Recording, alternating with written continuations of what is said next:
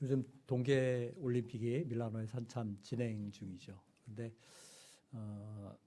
뭐 부상을 딛거나 어려움을 견뎌내고 끝까지 분투해서 메달을 목에 거는 선수들을 보면 한편 굉장한 감동이 있습니다. 그러나 또 한편으로 보면 약간 씁쓸한 마음이 듭니다. 왜냐하면 올림픽에서 메달을 따거나 특별히 금메달을 따는 선수들에게는 온갖 찬사가 쏟아지고 스포트라이트가 비춰지고 여러 가지 포상이 쏟아지는 반면에 순위에 들지 못한 선수들은 잊혀지고 전혀 주목을 받지 못하기 때문입니다.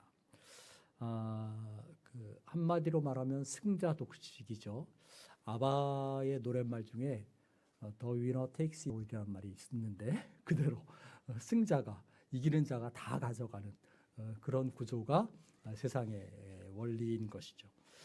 그래서 이제 이런 스포츠의 세계에서도 종종 어떻게든 반칙을 써서라도 이기려고 하는 일들이 벌어져요. 그리고 부끄러운 일로, 그러니까 부끄러운 방법으로 남을 이겨놓고도 전혀 수치를 모르는 그런 경우를 우리가 종종 발견합니다. 가장 대표적인 예가 뭐 동계올림픽 얘기를 했으니까 우리가 기억하는 2002년 솔트레이크 동계올림픽 안톤 오노의 헐리우드 액션 있죠. 그죠? 김동성 선수가 결승선을 먼저 통과했는데 그 헐리우드 액션 때문에 실격 당하고 금메달이 그쪽으로 돌아갔던 일이 있습니다. 온 국민이 거기에 분노했던 기억이 있습니다. 그때 오노 선수가 자기의 잘못을 인정했더라면 얼마나 나이스하고 멋있었을까 이런 생각을 하는데 그렇지 못한 것은 왜 그러냐? 결국은 스포츠 정신이나 화합이나 뭐 인류애나 이런 것보다 뭐가 목표예요? 1등이 되는 게 목표였던 거죠. 제가 오래전에 한 7년 동안 그 코롱 신우의 예배를 인도한 적이 있습니다. 매주 이제 한 차례 가서 점심시간에 예배를 인도했는데 과천에 있는 코롱 사옥에 이렇게 딱 들어가면 굉장히 뭐 지금도 있는지 모르겠어요. 아마 있겠죠. 근데 그 굉장히 인상적인 문구가 이렇게 눈에 들어옵니다. 그게 뭐냐면 one and only라는 말이에요.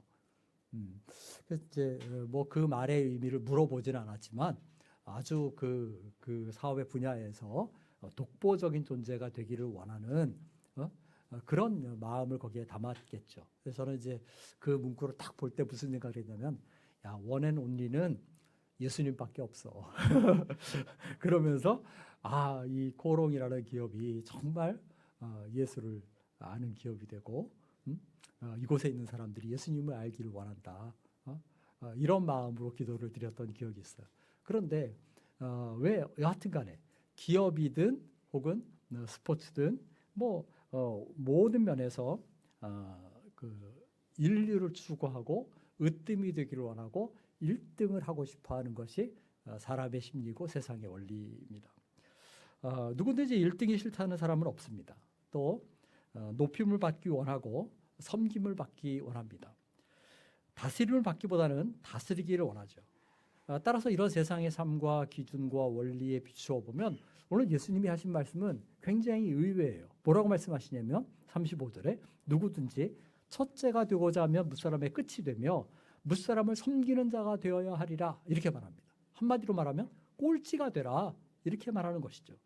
그런데 한번 생각해 보세요. 여러분들이 아이를 키우는 부모의 입장에서 보면 우리 아이한테 야, 너 꼴찌해 이렇게 말하는 부모는 아무도 없습니다. 그죠?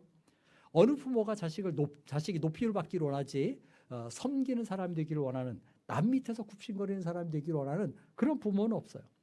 어떤 사주가 우리 기업이 꼴찌가 되자 그렇게 말하겠습니까? 어느 감독이 우리가 우승하지 말고 우리는 꼴찌가 되자 그렇게 말하겠어요. 그런데 주님은 제자들에게 뭐라고 말씀하셨어요? 한마디로 너희가 꼴찌가 되라 이렇게 말씀하셨어요. 섬기는 자가 되라 이렇게 말씀합니다. 그것도 한두 사람을 섬기는 사람이 아니라 무사람을 말하자면 모든 사람을 섬기는 자가 되라는 거예요. 한마디로 말하면 너는 가장 뒷자리에 가장 낮은 자리에 모든 사람의 끝에 처하라 라고 말씀하는 겁니다. 어디에서? 하나님의 나라에서. 쉽게 말하면 하나님의 교회에서 그러라는 거예요. 이것이 하나님 나라의 원리입니다.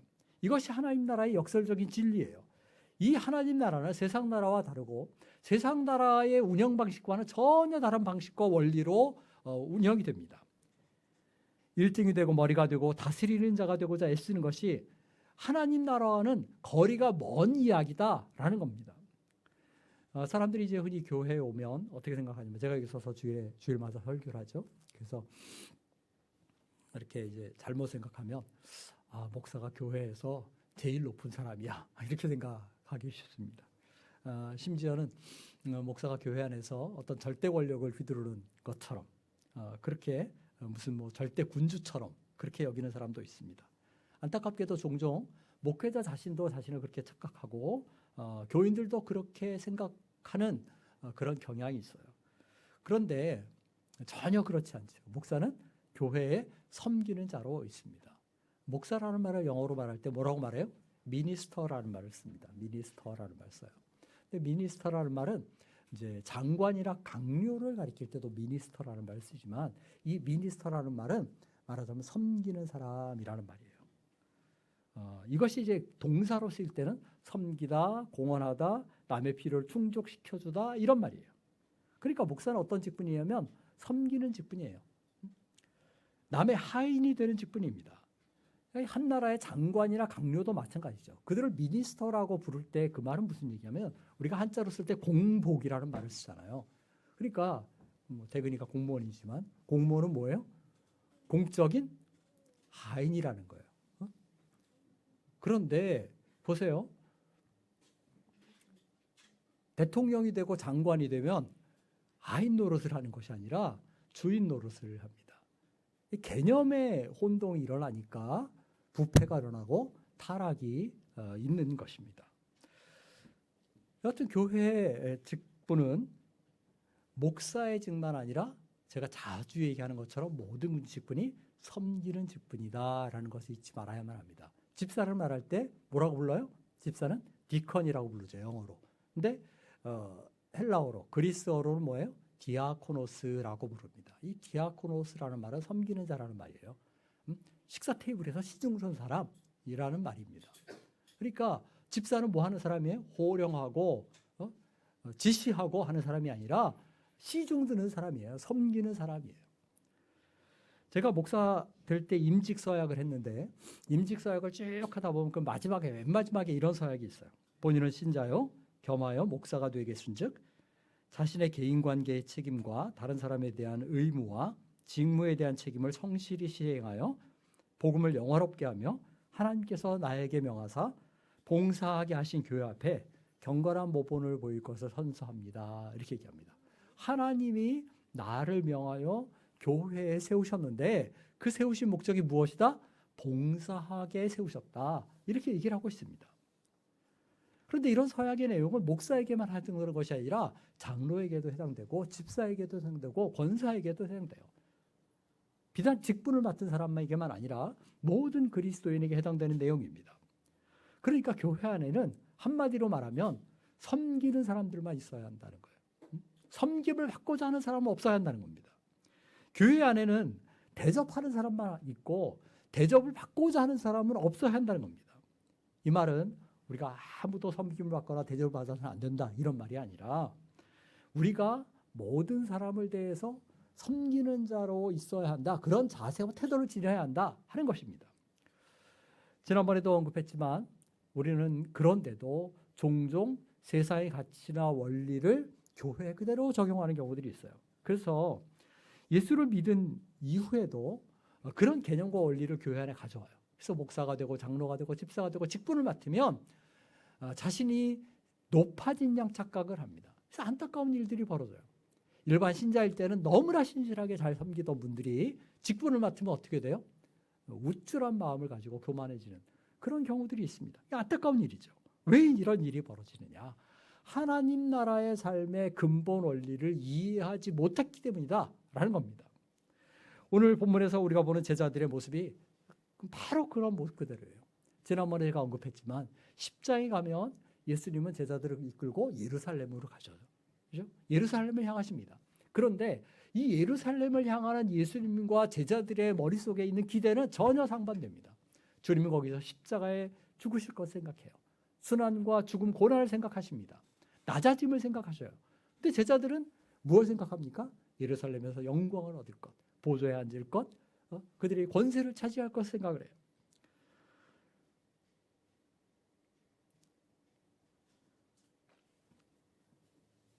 가버나움 집에 들어갔을 때 예수님이 제자들에게 물으십니다. 너희가 길에서 열띤 토론을 벌였는데 그 토론의 내용이 무엇이냐라고 물으십니다.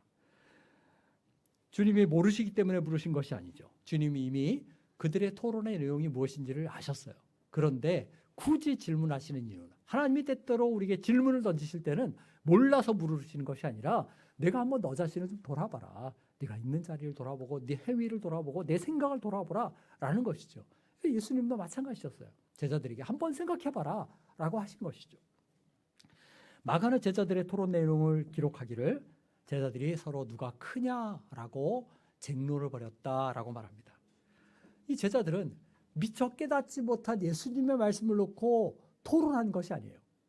도대체 메시아가 죽는다는 것이 무엇인지, 더구나 순환을 당하는 것이 무엇인지, 죽은 지 사흘 만에 다시 살아난다는 것이 무엇인지 깨닫지 못했는데, 도대체 그게 무슨 의미지? 그걸 놓고 토론을 벌인 것이 아닙니다. 누가 더 위대하냐 하는 엉뚱한 내용을 놓고 서로 논쟁을 벌였어요. 누가 더 높은 자리를 차지할 자격이 있느냐 하는 것입니다. 자, 그럼 한번 생각해 보세요. 12제자 가운데 누가 가장 높은 자리를 차지할 수 있을까요? 아마 베드로는 나야말로 가장 높은 자리를 차지할 것이다 라고 생각했을 거예요. 왜 그래요? 언제든지 12사람 가운데 베드로는 대표역을 자임하고 예수님이 뭐라고 질문을 던지시면 항상 누구보다 먼저 앞서서 대답을 했습니다. 더구나 우리가 기억하는 것처럼 가이사랴 빌립보에서 베드로는 그 위대한 신앙 고백을 했어요. 주는 그리스도시요 살아계신 하나님의 아들이시다 라는. 물론 곧이어 예수님의 책망을 받았지만 그럼에도 불구하고 예수님이 너는 베드로라 라고 말하고 이 반석 위에 내 교회를 세울 것이다 라고 말씀하셨어요. 그 말씀을 기억하면 베드로는 나야말로 제자들 중에 수위를 차지할 거야 라고 생각했을 겁니다. 으뜸을 놓고 얘기하자면 아마 야고보와 요한 형제도 남에게 쥐지 않을 겁니다. 예수님이 항상 어디 가면, 우리가 변화산의 그 사건을 기억하지만 어디를 갈 때 제자 세 사람을 12 가운데도 셋을 특히 데리고 다녔는데 그게 누구예요? 베드로, 야고보, 요한입니다. 그런데 그중에 야고보와 요한은 형제예요. 그죠? 이 베드로, 야고보, 요한은 핵심 그룹이죠. 이너서클이에요. 그죠? 최측근입니다. 근데 최측근 가운데 3분의 2 지분을 누가 차지했어요? 야고보와 요한이 차지했어요. 그러니까 야고보와 요한은 생각하기를 우리야말로 주님과의 관계에서 가장 지분이 많다 이렇게 생각했을 수 있어요. 더구나 요한의 경우는 주님이 가장 사랑하시는 제자였어요. 그는 언제나 예수님의 품에 기대어 음식을 먹었다라고 말합니다. 그러니까 요한이 아마 마음속으로 이랬겠죠. 베드로, 내가 아무리 그렇게 뻐겨봐도 그래도 주님의 총애는 내게 있어. 그랬을지도 모르겠어요. 이 수위 논쟁에서 전혀 뒤지지 않는 또 한 사람은 누구냐면 안드레입니다. 베드로의 동생 안드레. 우리가 이제 지난번에 안 목사님 메시지를 통해서도 들었지만 베드로를 주님께 인도한 사람이 누구예요? 안드레였어요. 세례 요한의 제자로서 가장 먼저 주님을 따랐던 두 사람 중에 한 사람. 그 사람이 누구예요? 안드레입니다. 그러니까 안드레는 말하기를 아마 이랬겠죠. 12사람 중에 순서로 따지자면 내가 제일 먼저야. 쉽게 말하면 내가 개척교인이야. 내가 첫 번째야. 뭐 이랬을 수 있겠죠. 더구나 이 안드레라는 이름은 히브리식 이름이 아니라요. 헬라식 이름, 그리스 이름입니다. 그러니까 다른 제자들은 다 히브리식 이름을 가지고 있어요. 근데 빌립과 안드레만은 그리스식 이름을 가지고 있어요. 이 별건 아닐 수 있겠지만 아마도 이렇게 생각할 수 있습니다. 예수님의 제자는 대부분 갈릴리 지역, 나사렛 그 지역의 촌동네 출신들인데 그 가운데 그나마 개화된 문명의 혜택을 받고 영향을 받는 사람은 누구다? 안드레다, 빌립일 수 있었다.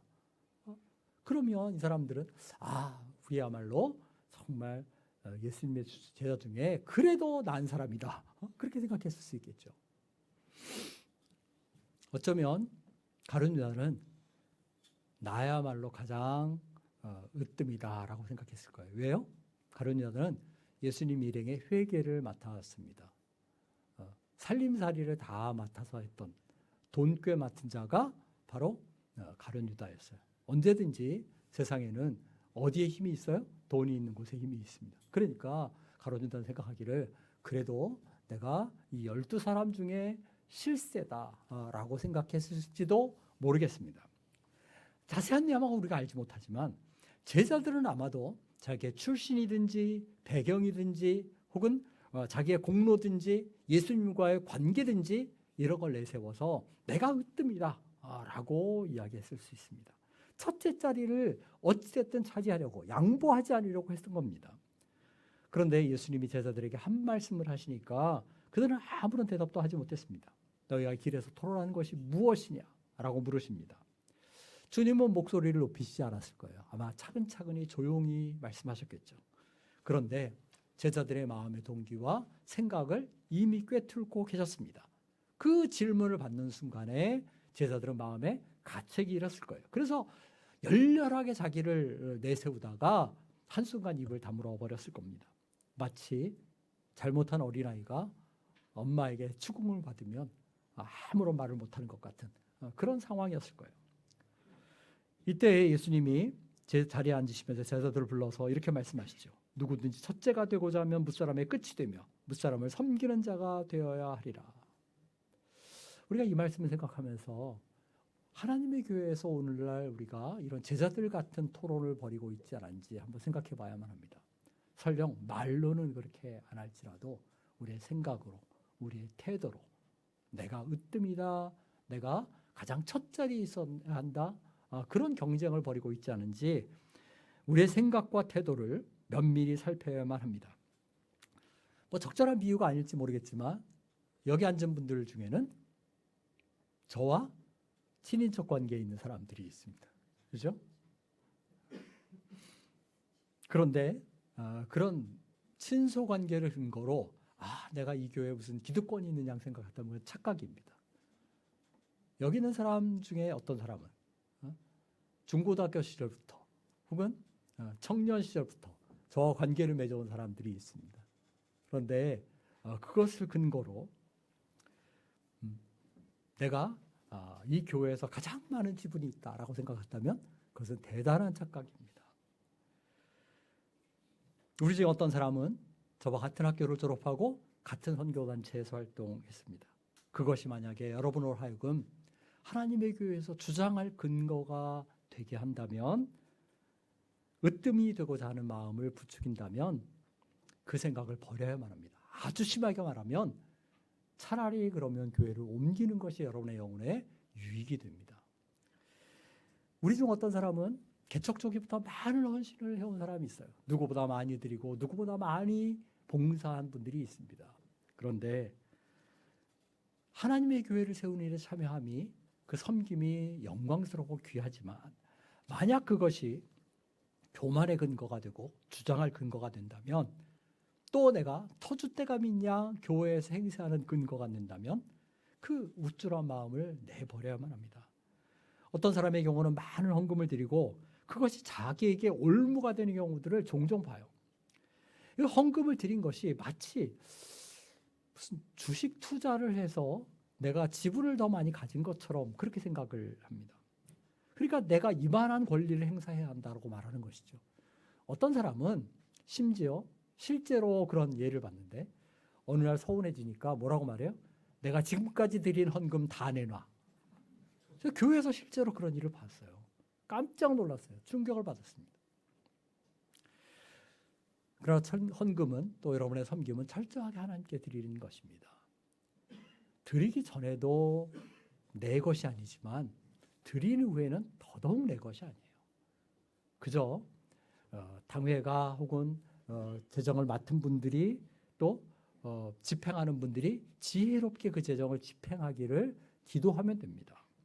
내가 얼마를 드렸든 그것이 으뜸됨을 주장할 근거나 교회를 좌지우지할 권한을 우리에게 허락하시는 것이 아니에요.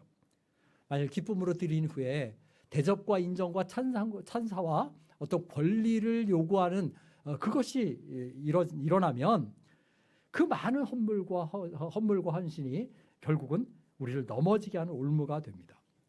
아까 추측으로 상상으로 제자들의 얘기를 했지만 제자들에게는 나름대로 각자 주장할 만한 권리가 더 근거들이 있었어요. 그러나 하나님의 나라는 근본적으로 섬김을 받는 나라다 하는 겁니다. 하나님의 교회는 높임을 받기 위해 오는 것이 아니라 또 섬김을 받기 위해 오는 것이 아니라 섬김과 봉사를 위해서 오는 곳입니다. 여기는 섬기는 자들만 있는 곳이에요. 그러므로 이제부터는 교회에서 첫째가 되려고 하지 말고 꼴찌가 되려고 하십시오. 둘째나 셋째가 되려고도 하지 마세요. 혹시라도 누구 하나는 나를 좀 섬기는 사람이 있겠지, 이렇게 생각하면 안 됩니다. 주님 뭐라고 말씀하셨어요? 무사람의 모든 사람의 끝이 되라 라고 생각하셨어요. 이곳에서는 섬기를 받으려 하지 말고 무조건 섬기는 자가 되어야만 합니다. 무조건 언제든지 나는 섬기는 자다, 그렇게 생각해야 돼요. 간혹 어떤 사람은 교회에서 섬기는 자이기는 하되 목사만 섬기는 사람이 있어요. 저는 섬김 받으면 참 좋겠죠. 그런데 주님 뭐라고 말씀하시냐면 두세 사람만 섬기는 사람이 되지 말고 모든 사람을 섬기는 자가 되라 라고 말씀하셔요. 간혹 이 꼴찌가 되라는 말을 잘못 이해하면 예배에 참석하는데 늘 꼴찌가 되는 그런 일이 있습니다. 성경 지식에 있어서나 믿음에 열심히 있어서 꼴찌가 되라, 그런 이야기가 아니죠. 예배를 참석하는 일에 있어서나 혹은 하나님의 말씀을 배우는 일에 있어서나 믿음의 성장에 있어서나 여기서는 1등이 되십시오. 그러나 섬김을 받거나 대접받는 일에는 꼴찌가 되십시오. 우리 한누리교회는 이런 면에서 1등이 되기를 경쟁하는 공동체가 아니라 꼴찌가 되기를 경쟁하는 공동체가 되어야만 할 것입니다. 자, 36절 보세요. 예수님은 우리의 섬김이 어떠해야 하는지를 어린아이 하나를 세우고 그를 통해서 비유로 말씀하셔요. 누구든지 내 이름으로 이런 어린아이 하나를 영접하면 곧 나를 영접하며 누구든지 나를 영접하면 곧 나를 영접함이 아니요 나를 보내신 이를 영접함이니라 라고 말씀합니다. 오늘날도 그렇지만 이스라엘에서는 자주자주 어린아이들은 굉장히 하찮은 존재로 여겨졌어요. 셈에도 수에도 포함시키지 않았습니다. 가장 무가치한, 가장 미미한 존재가 어린아이였어요. 그런데 주님 말씀하시기를 제자들에게 그런 어린아이 하나를 섬겨야 한다라고 말씀합니다. 이 말씀을 가만히 생각하면 시사하는 바가 많아요. 가장 미미하고 약한 존재를 섬겨라 라는 말이기도 하지만 어린아이를 가만히 생각해 보면 어린아이는 가진 게 별로 없어요. 능력이 별로 없습니다. 다시 말해서 어린아이를 섬기고 대접해봤자 돌아올 것이 없어요. 한번 시험해 보세요. 우리 교회 어린아이들에게 한번 뭘 이렇게 줘보고 그 아이가 나에게 무엇을 주는지 한번 생각해 보세요. 기껏해야 껌 하나 주든지 사탕 하나 주든지 과자 한 조각 줄 것입니다. 사람들은 대개 내게 덕이 되거나 유익이 되는 사람을 섬기려고 해요. 쉽게 말해서 내가 밥 한 끼 대접하면 저 사람도 적어도 내게는 밥 한 끼를 대접할 만한 사람에게 내가 베푸는 것이죠. 그런데 주님은 어린아이를 대접해라. 한마디로 말하면 되갚을 능력이 없는 사람을 섬겨라 라고 말씀합니다. 그런 사람을 대접하라고 말씀하셔요. 예수님이 어린아이를 예로 들면서 말씀하신 것은 가장 무력한 사람, 가장 가진 것이 없는 사람, 그런 사람을 섬겨야 한다라고 말씀하신 것입니다. 37절 말씀 그대로 예수님의 이름으로 어린아이 하나를 영접하는 것이 곧 누구를 영접하는 것이다? 예수님을 영접하는 것이다. 그리고 그것은 곧 하나님을 영접하는 것이다 라는 거예요. 자, 여러분들이 집에 예수님 모시고 식사 대접한다고 생각해 보세요. 하나님 모시고 식사 대접을 한다고 생각해 보세요. 어떻게 하겠어요? 최선을 다하겠죠. 온갖 것을 다 내놓겠죠. 마치 그런 마음으로, 그런 태도로 어린아이 하나를 섬겨야 한다라고 말씀하는 것입니다.